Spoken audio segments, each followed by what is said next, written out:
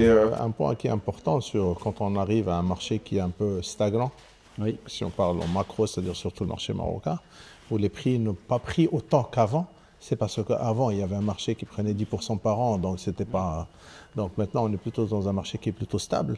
Donc, et la problématique, c'est que le propriétaire ne calcule pas la jouissance. C'est-à-dire quand quelqu'un il a acheté un appartement à 1 million de dirhams et il veut le revendre 10 ans après à 1,2 million.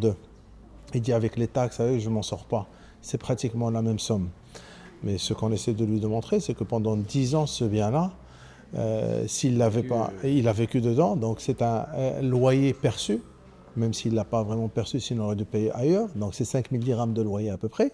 Sur une année, ça fait 60 000 dirhams. Sur 10 ans, ça fait 600 000 dirhams. Hors intérêt, Qu'il a déjà. hors inflation. Donc, et après, il a son bien immobilier qui a quand même pris un peu de valeur. Donc, et cette partie-là, les gens l'occultent souvent.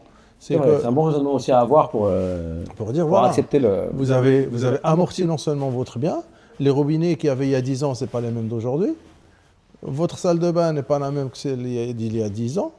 Donc, en plus, vous avez joui ce bien-là, vous avez ou loué ou bien joui, donc ça a une valeur. Et quand on met cette valeur-là à côté du bien, bah, ça donne une grosse plus-value. Oui, on ne laisse pas de plume en tout cas, c'est clair. On laisse pas de plume, au contraire, on en a bien profité pendant des années. Je pense que c'est une bonne réflexion à avoir, parce que c'est vrai qu'il y a beaucoup de personnes qui veulent absolument rester sur le prix d'acquisition.